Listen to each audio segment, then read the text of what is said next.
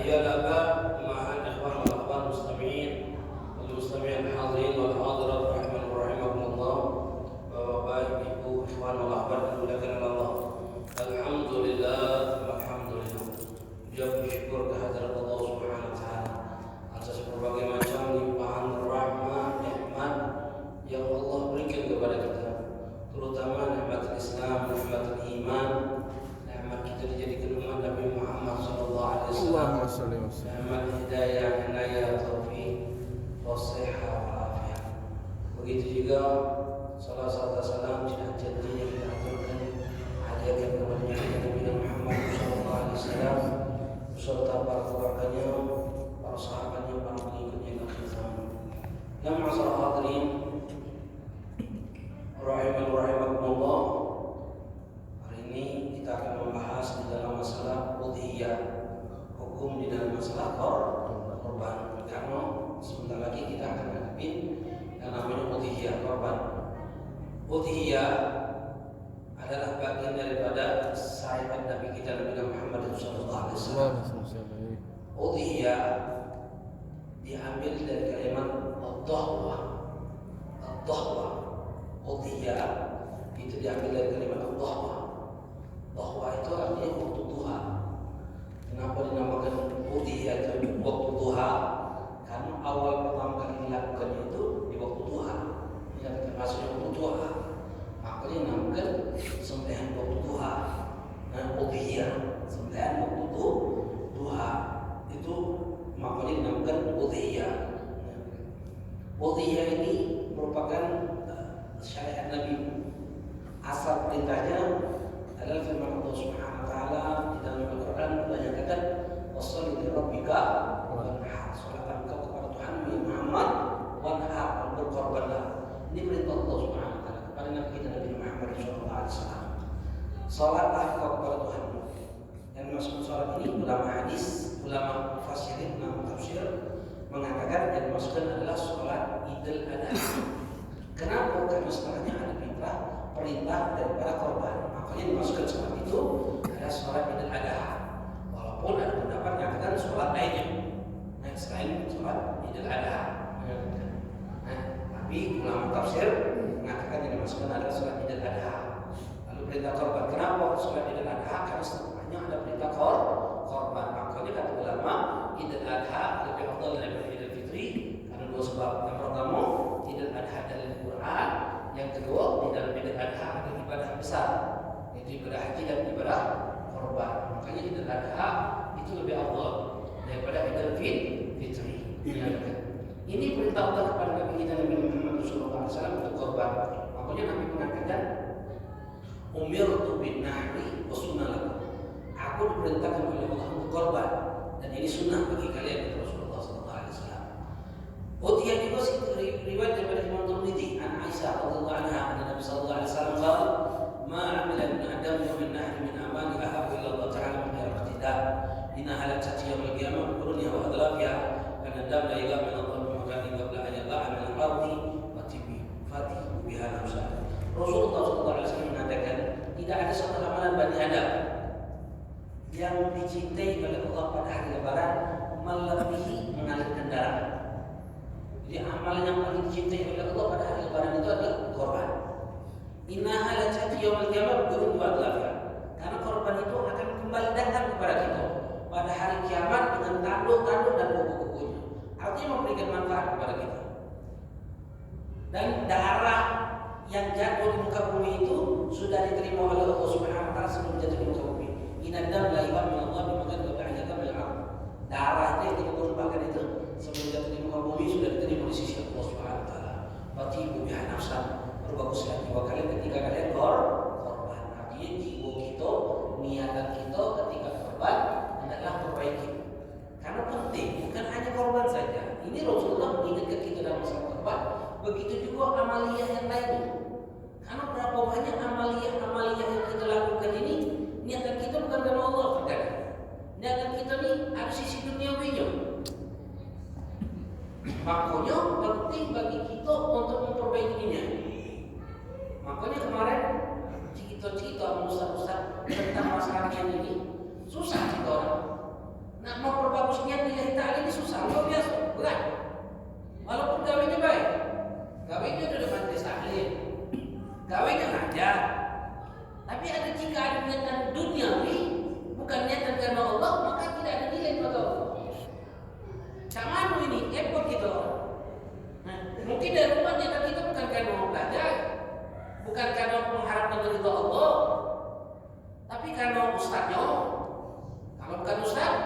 adik. Jadi kan urusan atau karena mungkin ada makanan, karena koonyo makanannya, atau yang lainnya duniawi, sisi dunia, atau karena pengurus masjid, bukan pengurus masjid, mungkin adik katiwo, sisi dunia. Hanya tidak menilai kepada Allah. Lalu cak mana amal ibadah kita ini? Kalau niatan kita ini bukan karena Allah, apa yang harus kita lakukan? Lagi di dunia, perbarui niat kita. Karena sulit nak kita lempar ke terus sulit. Jika niat kita dibelok, perbaiki lagi. Ya Allah, dan anak dulu majlis karena Engkau ya Allah, mengharapkan dari Engkau ya Allah. Belok lagi, perbarui lagi, belok lagi, perbarui terus. Lagi di dunia, perbarui terus niat kita. Sampai apa? Sampai memang amal ini karena Allah Subhanahu Wa Taala. Karena memang nilai kita ini beribadah kepada Allah Subhanahu. Susah, memang susah, tidak gampang.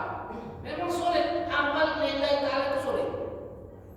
Walaupun amal lillahi ta'ala, setiap amal-amal yang kita lakukan ini lillahi ta'ala, harus digantikan lillahi ta'ala. Lillahi ta'ala di dalam niat-niat yang kita lakukan, sholat, usolli, fardhu maghribi, lillahi ta'ala, niat wudu, nawaitu fardhu wudu, lillahi ta'ala, niat mandi wajib, lillahi ta'ala, niat puasa, lillahi ta'ala, niat haji, lillahi ta'ala, zakat, lillahi ta'ala, udhiyah, lillahi ta'ala. Lillahi ta'ala ini benar-benar niatan karena Allah. Tapi terkadang lillahi ta'ala ini tidak hadir dalam diri kita. Pas sholat itu Allahu Akbar, padahal kita menyebut lillahi ta'ala, tapi kita tidak hadir, lillahi ta'ala tidak hadir. Tidak timbul dalam diri kita. Nanti perasaan, nanti syuurnya, rasanya itu negatif. Sehingga nilai ini ibadah tidak akan bernilai di mata Allah. Makanya penekanan lillahi ta'ala itu penting.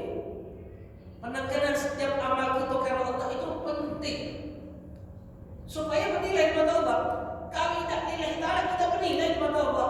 Amal apapun, amal apa sholat kalau bukan karena Allah tidak bernilai di mata Allah. Iskotul wujud, ya lepas kewajiban. Sholatnya sah sholatnya, tapi tidak di mata Allah. Tidak kasih jawabnya, kasih ganjaran pahalanya. Makanya terkadang kita ini Masya Allah, nak nilai ta'ala itu berat. Allah ibarat memang beratnya. Tapi walaupun saya itu bukan berarti bahwasanya Ustaz memaklumi, mewajarkan, tidak. Memang salah, harus kita sadari kita di salah. Lalu apa yang kita lakukan? Belok lagi Allah. Minta ampunnya Allah, minta ridho kepada Allah. Astagfirullahaladzim. Niatan kita bukan karena Allah Ta'ala. Begitu juga korban, fatimu biha nafsu. Perbagus diri kalian ketika kalian korban. Jangan sampai korban ini hanya amal yang rutinnya, yang rutin bisa kita lakukan setiap biasa, setiap tahun aku korban. Cuma sebatas rutinan, bukan itu. Tapi memang amal ini memang pendekatan diri kepada Allah. Makanya kalau sering anak sampaikan di dalam ibadah itu jangan bahas ibadah, jangan. Karena ketika kita merasa kita mengucapkan kalimat ibadah itu seakan-akan ya biasa pemaknaan. Maka biasanya penghambaan. Ibadah itu kan artinya penghambaan. Biar kita lebih rasa ini penghambaan kepada Allah. Sholat penghambaan kepada Allah. Duduk majlis taklim penghambaan kepada Allah. Memang menghamba sebagai hamba Allah Subhanahu wa taala. Menyembah Allah Subhanahu wa taala. Itu yang harus kita lakukan, syukur, rasa, timbul terus. Lillahi ta'ala. Kemudian juga Rasulullah SAW mengatakan abdimu dhahayakum fa inna ala sirat mutayaqqin. Perbesarlah, perbanyak, perbesar. Di dalam hewan yang kalian korbankan, karena ketika kalian melewati sirat itu akan menjadikan tunggangan kalian. Artinya menjadikan tunggangan, memberikan manfaat. Kelak nanti ketika kita melewati sirat, bagaimana keadaan dahsyat pada hari kiamat. Masya Allah. Tidak ada yang nolong. Tidak ada yang nolong. Nafsi-nafsi gitu orang. Amalnya nafsi-nafsi gitu orang. Ketika dalam barzakh, amaliyah kita ini yang kita bakal nolong kita. Amal yang kita paksakan untuk ngaji, amal yang dipaksakan untuk sholat berjamaah, amal yang dipaksakan untuk jaga hati, tidak seudon sama manusia, usnudon sama Allah, usnudon sama hamba Allah, usnudon terkadang walaupun berat, memaafkan walaupun berat, mengalah walaupun berat. Pemaksaan itu yang akan bernilai kepada Allah, itu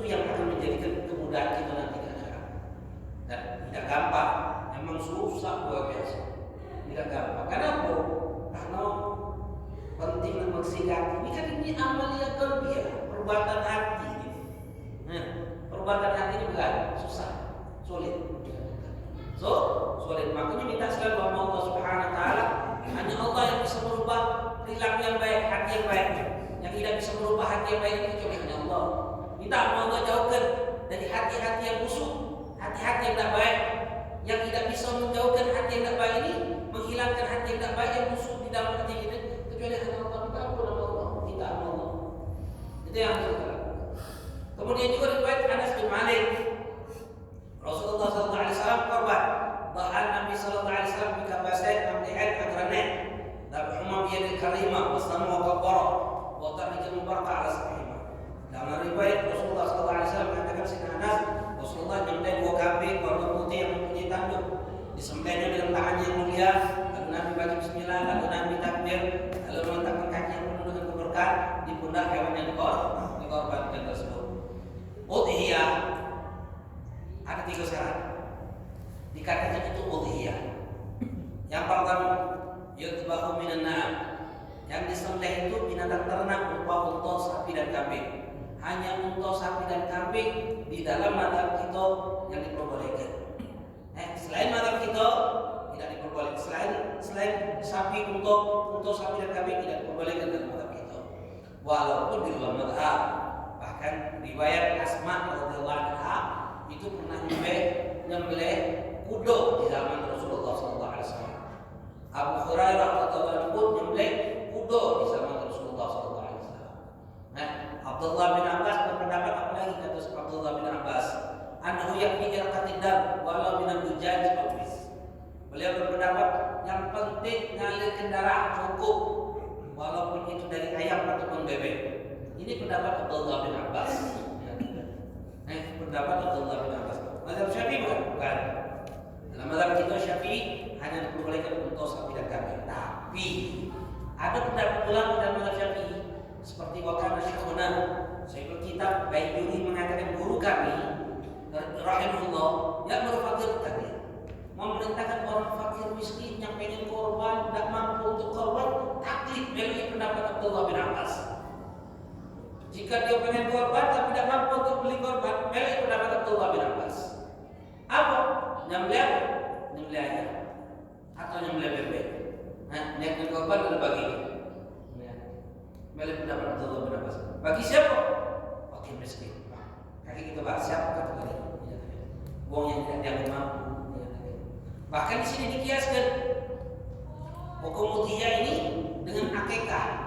Begitu juga kita akikah ketika kita tidak mampu untuk mengakikahkan anak kita ayam kambing, maka melalui pendapat Abdullah bin Abbas tidak mampu, tidak mampu beli kambing untuk akikah. Sembelih ayam, masak lalu bagi ke orang. Melalui pendapat Abdullah bin Abbas. Terus ada rezeki mau sembelih kambing, tapi kalau tidak ada rezeki melalui pendapat Abdullah bin Abbas. Ini kiasan. Boleh kita melalui kategorinya bagi siapa? Bagi fakir miskin, bagi yang mampu. Bagi yang mampu boleh melalui pendapat Abdullah bin Abbas. Tak boleh.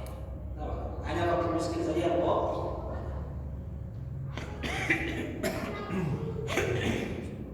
Kemudian ini yang pertama. Yang kedua, untuk sapi dan kambing tidak boleh selain itu. Yang kedua, Yaumul Idin Nahri wa Ayyam Tasrik dilakukan pada hari Lebaran. Kapan mulainya? Ba'datul syams, setelah terbitnya matahari. Wa mutiyat raka'atain wa khutbatin khafifatin, melewati 2 rakaat dan 2 khutbah. Setelah terbit matahari, melewati 2 rakaat dan 2 khutbah yang dengan masuklah waktu udhiyah. Masuklah waktu udhiyah. Sebagaimana dalam satu riwayat hadis riwayat sahih Bukhari Muslim radhiyallahu. Awal ma nabda'u fi yawmina hadha nusalli thumma narja' an-nahar.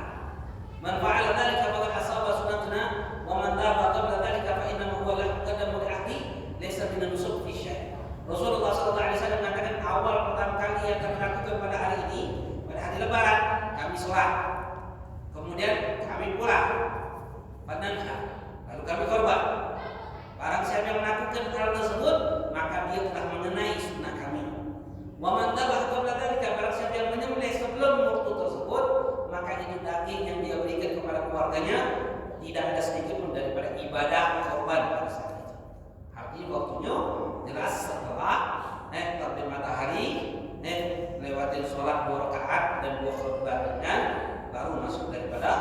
korban tersebut, udhiyah tersebut.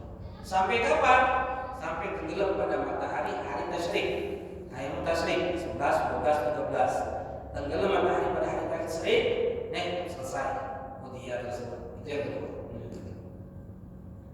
Lalu yang ketiga, udhiyah tersebut syaratnya taqarruban ilallah Ta'ala, harus ada pendekatan diri kepada Allah. Jadi pendekatan ini butuhnya niat. Karena tidak akan menjadikan ibadah kalau niat. Dalam mazhab kita innama a'malu binniyat. Setiap ibadah itu membutuhkan akan niat sah atau tidaknya. Makanya nak menjadikan ini pendekatan diri kepada Allah butuh niat. Tanpa niat tidak jadi korban. Makanya berapa banyak yang terjadi, ada sebagian mukmin tidak niat. Main tempe. Tidak niat. Oh, ini korban punya kami sebulan be. Kan kalau kita ke masjid makan yang tinggal disebutkan ini sapinya sebulan. Ada di tukang jangan nyembelih. Tak tahu yang sapi itu belum diniatkan. Ketika belum diniatkan jadi ibadah korban kan? Tidak. Sedekah biasa. Makanya butuh dengan niat. Makanya niat yang diajarkan apa? Niat nawaitu udhiyah wasnuna lillahi. Niat korban sunnah lillahi. Sudah cukup. Niat korban sunnah lillahi. Itu maksudnya. Jadi yang korban suruh niat atau taukil, wakilkan kepada kita. Kita lihat niat korban untuk sebulan yang diwakilkan kepadaku. Niat korban sunnah untuk sebulan yang diwakilkan kepadaku lillahi ta'ala. Itu kalau taukil kami bisa diwakilkan. Itu yang ketiga. Jadi kalau seandainya dia nyembelih di Ramadan untuk jualan sapi, jualan sate, udhiyah kan? Karena harus ada niatan sama Allah Subhanahu wa taala. Kemudian hukum udhiyah ini sunnah muakkad ala kifayah. Sunnah muakkad atau ala kifayah, sunnah muakkad. Dalam mazhab kita hukumnya sunnah muakkad, udhiyah korban. Di dalam mazhab Abu Hanifah hukum korban itu wajib. Selain Abu Hanifah, Syafi'i, Maliki, Hambali mengatakan sunnah. Abu Hanifah mengatakan hukumnya wajib udhiyah tersebut. Itu bagi siapa? Dalam mazhab Syafi'i mengatakan sunnah muakkadatun, sunnah muakkad ala kifayah, sunnah muakkad. Ala kifayah, atas kifayah dibahas. Bagi siapa? Bagi umat Nabi, tidak bagi Nabi. Kalau bagi Nabi hukumnya wajib, bagi umat Nabi hukumnya sunnah. Maka jadi dikatakan dalam riwayat tadi, apa kata Rasulullah? Umirtu bin nahri wa sunnalakum. Aku diperintahkan oleh Allah korban. Dan ini adalah sunnah bagi kalian. Bagi Nabi wajib, bagi umat Nabi hukumnya sunnah. Bagi siapa disunnahkan? Ada 5. Yang pertama disunnahkan bagi muslim, tidak disunnahkan bagi orang kafir. Yang kedua balik, tidak disunnahkan bagi anak-anak. Jadi kalau korban untuk anak-anak sunnah tidak. Karena apa? Karena disunnahkan bagi mereka yang sudah balik. Yang ketiga al-adl, berakal. Karena kan korban banyak. Korban untuk anak-anak banyak, korban untuk anak-anak. Padahal tidak disunnahkan. Disunnahkan bagi siapa? Yang sudah balik. Ini lucu. Kemarin aku sudah Ustaz, ini tahun ini aku niatkan untuk anak aku yang belum balik. Dia dewe sunnah. Anaknya tidak sunnah. Dia serahkan kepada anak. Hati-hati. Sunnahnya itu bagi siapa yang balik. Yang ketiga berakal, tidak disunahkan bagi yang tidak berakal. Yang keempat hur, merdeka, tidak disunahkan bagi hamba saya. Yang kelima al-mustaqim, bagi mereka yang mampu. Siapa kategori mereka yang mampu? Mayakni alaihi fadlatan an hajati wa hajati nurudihi yawmal 'id wa yawmal tasrik. Ya anda atau ulama orang yang mempunyai kelebihan nafkah untuk diri dia dan nafkah untuk orang yang diwajibkan dia berikan nafkah selama hari lebaran dan hari tasrik 4 hari. Lebaran 11, 12, 13 hari. Jika dia punya kelebihan nafkah untuk diri dia dan orang yang diwajibkan untuk diberikan nafkah selama 4 hari, karena itu waktunya, maka dia dianggap kategori orang yang mampu. Kalau mogok-mogok di kita ini mampu lagi? Kalau dia mana sih? Mampu tak? Mampu tak? Mampu. Ini mau apa? Nafkah 4 hari. Kira-kira berapa nafkah 4 hari? Nafkah kita dengan bini kita dengan anak-anak kita kira-kira berapa? 4 hari. 400. Kebalan ini di ketupat, anggaplah kurang lebih. Ya, kebalan ini kan? masalah. Walaupun ada lebih kurang dari itu, mungkin 400, mungkin 500. Nafsi beda-beda kita. Nah, beda-beda. Yang bininya singkong ya beda. Yang bininya lebih 4 ekor, yang anaknya 2 dengan 10 beda. Beda-beda. Jika punya kelebihan nafkah di 4 hari tersebut, maka dia akan lemah. Misalnya nafkah di seminggu, misalnya 4 hari tersebut, misalnya 1 juta, 2 juta setengah. Maka dia dalam kategori lemah. 2 juta setengah, anak nih, ambil HP, ambil ini, ambil itu, dan dianggap 4 hari itu jika punya kelebihan, maka dia dalam kategori orang yang mampu. Tapi kalau dijima, mampu dah kita. Mampu. Makanya kalau ditanya, mampu dah kita berobat? Bukan bertanya mampu atau bukan. Kan mampu dah, tapi galak dah berobat. Kenapa? Karena kategorinya kita ini adalah mau yang mampu kalau, karena kita ini tidak mau berobat. Nah, kita dalam bab berobat, kalau kita galak berobat. Padahal manfaat korban itu untuk siapa? Untuk kita kalau mati lagi, manfaat korban itu bermanfaat. Kalau hidup tidak, keluarkan duit, 1,5 juta saya, 2 juta saya. Itu yang kita juga sayang itu. Karakter kita ini karakter yang getah basah. Ambil kacau, getah basah. Kalau tidak dilawan, karakter itu masih ada di kita. Jadi jangan pikir kita nih, aku ini mau dermawan, tidak, getah basah. Pelit gitu, semakian, impel. Tapi kalau kita tidak lawan, kita benar-benar begini. Memang harus masukkan keluar, masukkan. Setiap kali itu masukkan, biasakan sedekah. Dasar mikir lah. Bismillah. Beda ikhlas, kita ampun sama Allah. Sago naik ikhlas itu, sago dah. Sago naik ikhlas itu. Sago kalau kita tanya ikhlas tidak, sago kita ikhlas. Maka maksud. Maka Sayyidina Ali. Ketika ditanya, wahai Ali, wahai Imam Ali Sayyidina Ali bin Abi Thalib. Jangan kita ini nak mengukur untuk dari ahli dunia ke akhirat. Membayar atau mengguru. Termasuk kita itu ahli dunia atau ahli akhirat. Kata Sayyidina Ali, ya ngobe. Ingatnya cuma ngobe. Jika ada uang yang datang kepada kita, ngembek sesuatu dari kita. Lalu ada yang datang kepada kita memberikan sesuatu kepada kita. Yang mana yang kita lebih senangi? Yang menjawab ngembek. Jika yang ngembek dari kita lebih senang, berarti kita nih min ahli akhirat. Kalau yang menjawab, berarti kita nih termasuk ahli dunia. Sago masuk akhirat. Jadi kita nih mengukur ada. Jadi kalau kita tidak masukkan diri untuk berbuat, tidak akan berbuat. Tidak masukkan diri korban dah. Hebat. Tahun-tahun umur kita tidak pernah korban. Masya Allah. Mati nama susuku, mati nama susuku.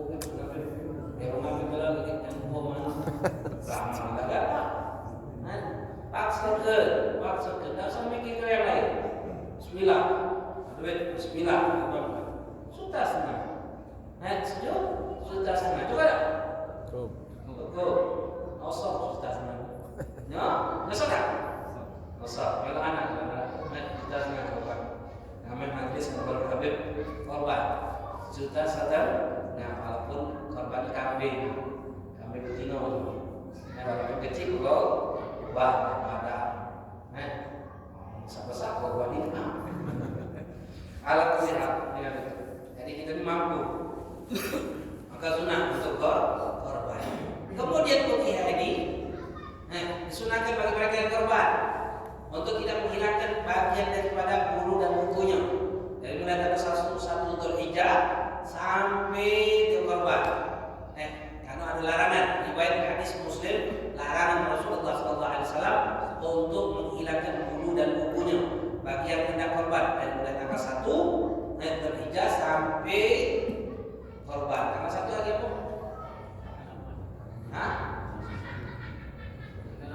Tanggal 8. Tanggal 8 Juni. Hari apa? hari Sabtu. Nah, hari Sabtu kakek. Ini tanggal 29. Berarti Sabtu ini Sabtu 4. Ya, tanggal 1 itu mulai. Nah, jadi kalau mulai tanggal 1 itu udah Sabtu cukup-cukupan lagi. Jadi sebelum itu cukup-cukuplah. Nah, cukup-cukuplah. Nanti buku nanti lah. Karena hilanglah. Besok dari tanggal 1 udah Sabtu cukup lagi. Sampai kapan? Sampai kita korban. Kenapa ada riwayat larangan? Larangan ini apa kata ulama? Ulama mayoritas dalam Syafi'i larangan tersebut larangan makruh, bukan larangan haram. Tapi ada pendapat ulama mengatakan yang dimaksud itu larangan haram. Makanya kata ulama sunnah, yang mengatakan makruh berarti sunnah, jangan dihilangkan. Yang mengatakan larangan haram wajib, jangan dihilangkan. Ulama berbeda pendapat. Tapi mayoritas mengatakan makruh. Larangannya itu larangan sunnah, perintahkan untuk tidak menghilangkan. Tujuannya apa? Riwayat makna hadis tersebut syukur maghfirah itu minan nar di jami' dzalika. Semuanya mencakup ampunan dan pembebasan api neraka Allah seluruh tubuh. Karena ketika kita korban, kita ini akan mendapatkan ampunan dan pembebasan api neraka Allah. Bukan main itu tuh. Kita di dosa bukan main banyak. Maksiat setiap hari. Nak gampang kita repot. Takut, berpikir itulah. Bismillah, betul atau Bismillah, gamal. Kenapa? Karena itu akan memberikan pembebasan diri kita, memberikan ampun. Beda ikhlas maksud sendiri, minta ampun sama Allah. Ikhlas itu enggak. Minta ampun kalau kita ikhlas. Lagi di dunia, perbaru lagi dia itu. Minta ampun sama Allah. Bahkan kata Imam Syafi'i, la uraq sekitar liman tadra'ala. Tidak ada ruksa bagi orang yang mampu untuk meninggalkan korban, dia meninggalkan korban. Dan riwayat Rasulullah SAW melarang untuk kita mendekati tempat ibadah, tempat mushola, tempat sholatnya Rasulullah SAW bagi mereka yang mampu korban dan mau korban. Jauh-jauh kata Rasulullah. Yosin. Yang mampu korban, maka mau korban. Makanya Syafi'i makruh. Ingatkan bagi yang mampu. Yang tidak mau korban terus. Kemudian sunnah bagi laki-laki yang berlewet. Kata Rasulullah melakukan hal tersebut. Bagi perempuan atau laki-laki yang tidak mampu untuk menyembelih, sunnahnya diwakilkan kepada orang lain. Dan sunnah yang mewakilkan untuk menyaksikan sembelihan tersebut. Karena Rasulullah berkata kepada putrinya Sayyidah Fatimah, apa kata Rasulullah SAW kepada putrinya Sayyidah Fatimah radhiyallahu anha? Ya Fatimah, qumi ila al-hajji fas'adiha fa inna bi awal qudrat min nabiha yughfir laki ma salafa min dhunubiki. Hai Fatimah, bagilah kau saksikanlah sembelihan termu tersebut, karena sesungguhnya tetes darah pertama itu akan memberikan ampunan dosa-dosa yang sudah kau lakukan. Yang korban. Lalu sahabat Nabi Imran bin Husain min kubar sahabat. Siapa namanya? Imran bin Husain. Ingat Imran bin Husain. Karena dalam kitab Kasifat Syajah disebutkan Syekh Muhammad Nawawi bin Umar Al-Badani rahimahullah, beliau mengatakan wong yang nyebut nama sahabat Imran bin Husain lalu dia berdoa, doanya akan diijabah oleh Allah Subhanahu wa taala karena karamah daripada Imran bin Husain radhiyallahu anhu. Min kubar sahabat membesar sahabat Rasulullah. Ketika beliau mendengarkan riwayat hadis ini, beliau bertanya kepada Rasulullah, "Ya Rasulullah, hadza laka wa li ahli baitika fa ahlu dzalika antum amlil muslimina amma ya Rasulullah." Ini sahabat ngomong, "Ya Rasulullah, apa yang kau sampaikan kepada Fatimah ini ya Rasulullah untuk kau dan keluargamu saja atau untuk kau dan keluargamu dan seluruh kaum muslimin ya Rasulullah?" Maka Rasulullah lil muslimina amma, untuk seluruh kaum muslimin. Siapapun yang menyaksikan sembelihan dia, maka dia mendapatkan ampunan daripada dosa-dosa yang dia lakukan. Bagi siapa? Korban. Yang tidak korban dari Banten. Tak salah dengan ini ada macam kafe untuk daging besarnya luar biasa korban. Jadi yang mampu untuk korban lakukan korban. Kemudian utia ini hukumnya sunnah muakkad al kifayah. Sunnah kifayah. Sunnah kifayah itu dibahas ada 7. Faidah akan bihawahidun min ahli baitin kafa'an jami'in. Utia ini jika dilakukan satu orang daripada satu keluarga, maka lepas kemampuan bagian lain. Contoh, bapaknya, ibunya, anak-anaknya begitu. Kategorinya dia pada saat itu adalah orang-orang yang mampu berkorban.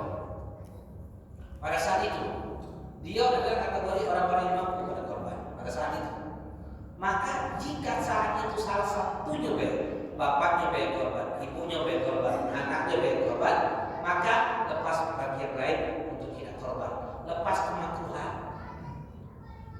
Bagi yang mampu tadi tidak dihukum makruh. Kenapa? Karena hukumnya sunnah kifayah. Untuk siko korban yang lain lepas kemakruhan. Tapi ingat, siko kambing untuk siko dari segi amalnya, udhiyahnya. Siko kambing untuk siko dari amaliyahnya.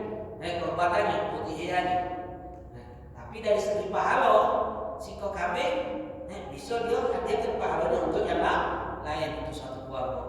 Jadi korban atas nama siko lalu siko ini ngomong, aku hadiahkan ya Allah korbanku ini, hadiah pahalanya untuk diriku dan keluargaku, anak biniku.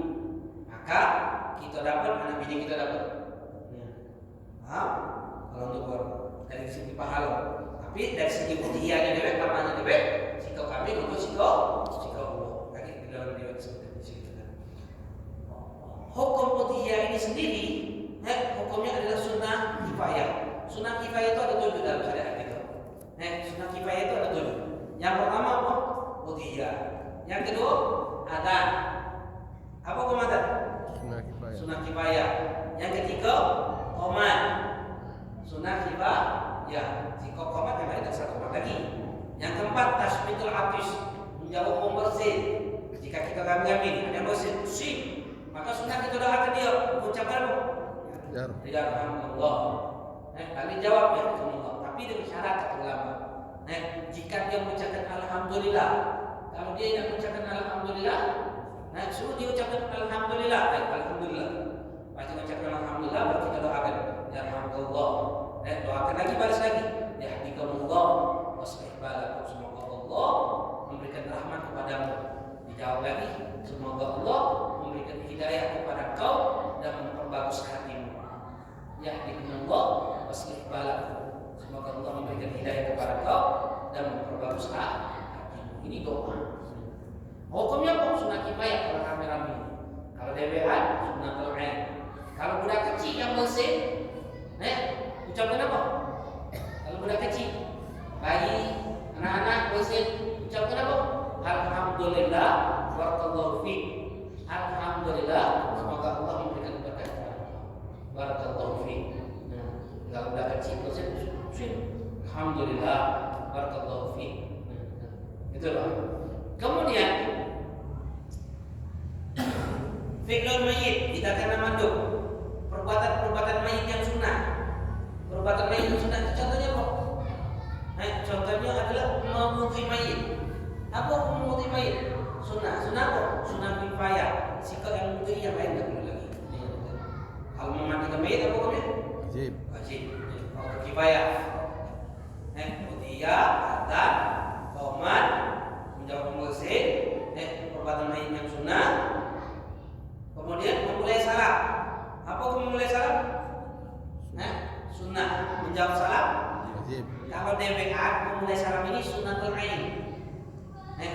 Kalau menjawab salam DWA sunnah fardu ain, wajib ain perorangan. Tapi kalau kami memulai salam apa hukumnya? Sunnah kifayah. Kalau memulai salam lain tak. Menjawab salam kalau kami apa hukumnya? Sunnah. Jawab salam wajib kifayah. Wajib kifayah. Salah satu jawab sudah cukup. Kalau lewat SMS wajib dan balas. Wajib dan jawab. SMS wajib dan jawab. Memulai salam SMS WA. Assalamualaikum wajib dan jawab. Wajib dijawab. Wajib dijawab baik itu dengan ucapan atau dengan tulisan. Jadi ingat kalau kita nge-share ajaran undangan, segala macam share-sharean itu, idaku salam pakai Assalamualaikum. Salam. Kenapa tidak usah pakai salam? Kenapa? Karena tidak kakek nyawa. Ada yang nyawa? Nanti, ikutlah kita, nyawa dah. Share-sharean. Ada Assalamualaikum, nyawa dah. Nanti, dosa dah? Dosa. Ingat-ingat, yang nge-share itu. Ini sudah nge-share, tidak jawab, nge-share dulu orang mau main. Nampakkan aja ke tali lampu.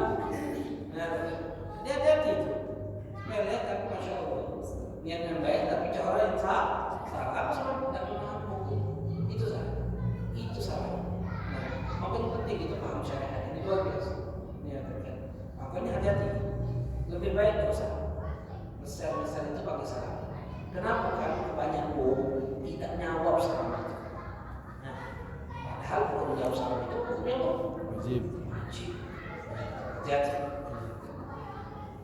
baik langsung Waalaikumsalam ucapan atau dengan tulisan.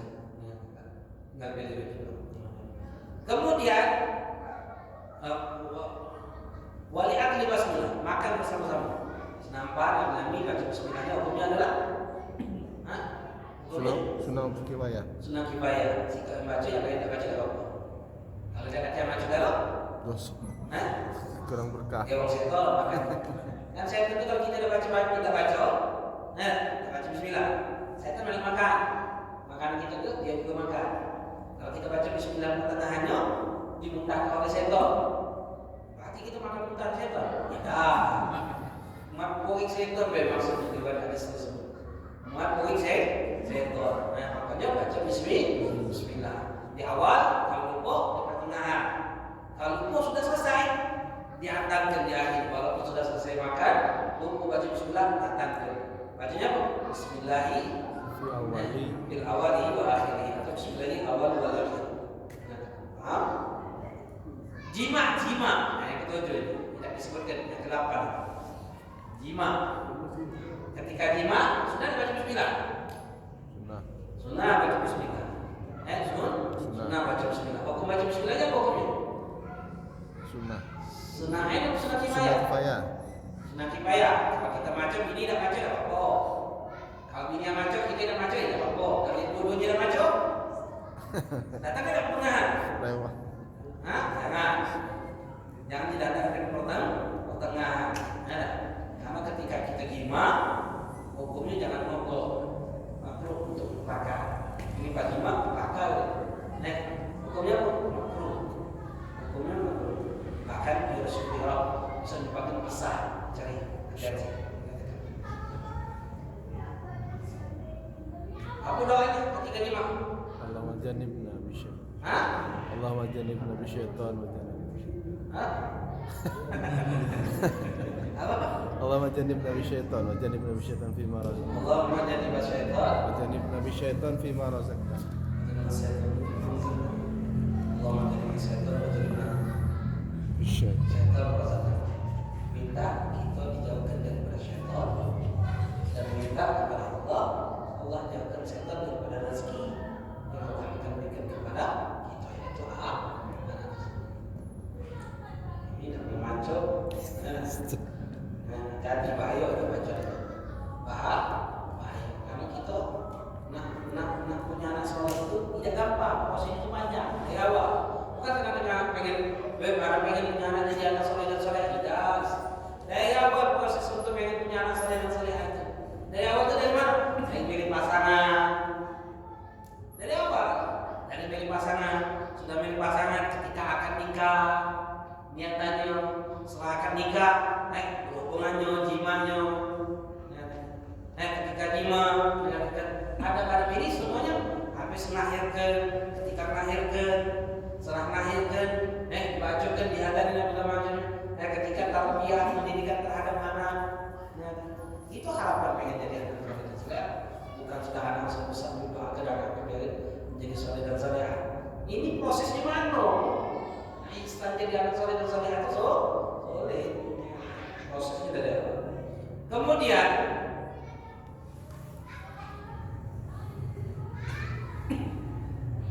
wala tajibu udhiyah ila binadrin.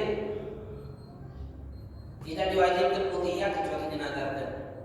Tidak wajib udhiyah kecuali dinadarkan. Kalau sudah dinadarkan maka udhiyah itu maka hukumnya jadi wajib. Apa perbedaan udhiyah sunnah dan nadar? Kalau udhiyah sunnah kita makan. Sunnah kita makan. Lalu kita berikan fakir miskin dan bukai oleh. Tapi syaratnya bagi fakir miskin dan bukai. Kalau sunnah, kalau nadar dia wajib. Itu wajib seluruhnya kita berikan kepada fakir miskin. Seluruhnya. Wajib kita berikan kepada fakir miskin. Kalau itu nadar. Pahala dia sunnah dan pahala sunnah. Kalau dia nadar dapat pahala wajib.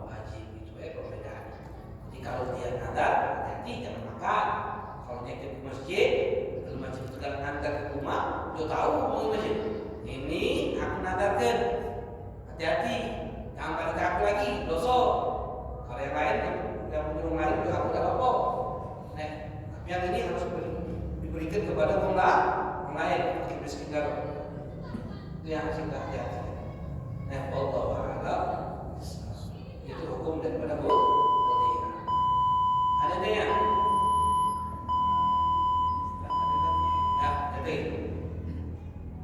Assalamualaikum warahmatullahi wabarakatuh. Waalaikumsalam. Bagaimana keabsahannya kalau satu ekor itu untuk orang 7 korban Kambing. sapi? Nah, yang keduanya kalau kita niatkan untuk orang kita yang sudah meninggal bagaimana? Terima kasih. Assalamualaikum warahmatullahi wabarakatuh. Waalaikumsalam. Jadi lagi pembahasan sepanjang sikok kambing untuk sikok wo tidak boleh lebih dari sikok wo. Satu sapi boleh untuk 7 wo. Boleh untuk 7 wo. 7 wo ini bebas. 3 korban, 2 keka, sisanya untuk jualan sate boleh tak? Boleh. Tapi sikok sapi untuk 7 orang. Itu yang dilakukan. Sikok kambing untuk sikok wo. Dari segi budaya, dari segi pahala, boleh kita berbagi. Tinggal kita minta niatan. Allah berikan pahala ini, kambing yang aku korban ini untukku dan keluargaku, maka dapat galau dari segi pahala. Tapi dari segi korban, sikok kambing untuk sikok wong. Satu sapi boleh untuk 7 wong, tidak lebih dari itu. Itu. Kemudian yang kedua, korban untuk wong sudah meninggal. Korban ini syaratnya harus izin. Tidak boleh kita korban untuk orang lain tanpa izin tersebut, tanpa izinnya. Hanya pemaitan baik ini masih hidup, aku sudah meninggal. Hidup bisa anak kemarin korban untuk Habib, tak sah. Kenapa? Izin dulu itu. Anak korban untuk Habib izin. Kalau izin, kalau kasar aja. Kalau tidak dapat izin, tidak boleh untuk korban. Kalau orangnya sudah meninggal, bagaimana izinnya? Izinnya wasiat. Jadi sebelum dia meninggal, bapaknya ngomong, nah, aku kasih nama kau ya. Kalau kau ada rezeki, tiap tahun kau bantu aku. Ya Pak, bapaknya meninggal dunia, anak berhak untuk korban si bapak yang sudah meninggal. Jika ada wasiat, jika tidak ada wasiat bagaimana? Tidak sah mayoritas dalam mazhab Syafi'i. Jadi korban untuk orang yang sudah meninggal tidak sah di dalam mazhab kita Syafi'i. Mayoritas, walaupun ada pendapat dhaif seperti Imam Rafi'i, seperti di luar mazhab Syafi'i seperti Hambali bersama. Itu yang mengkembalikan udhiyah, korban untuk orang yang meninggal. Paham? Lalu macam mana kalau kita korban untuk orang meninggal dalam mazhab Syafi'i? Caranya korban atas nama yang hidup, korban atas nama yang hidup. Lalu yang hidup ini ngomong, ya Allah, aku berikan hadiahnya pahala korban ini untuk si mayit yang sudah meninggal. Sepakat ulama mengatakan sah.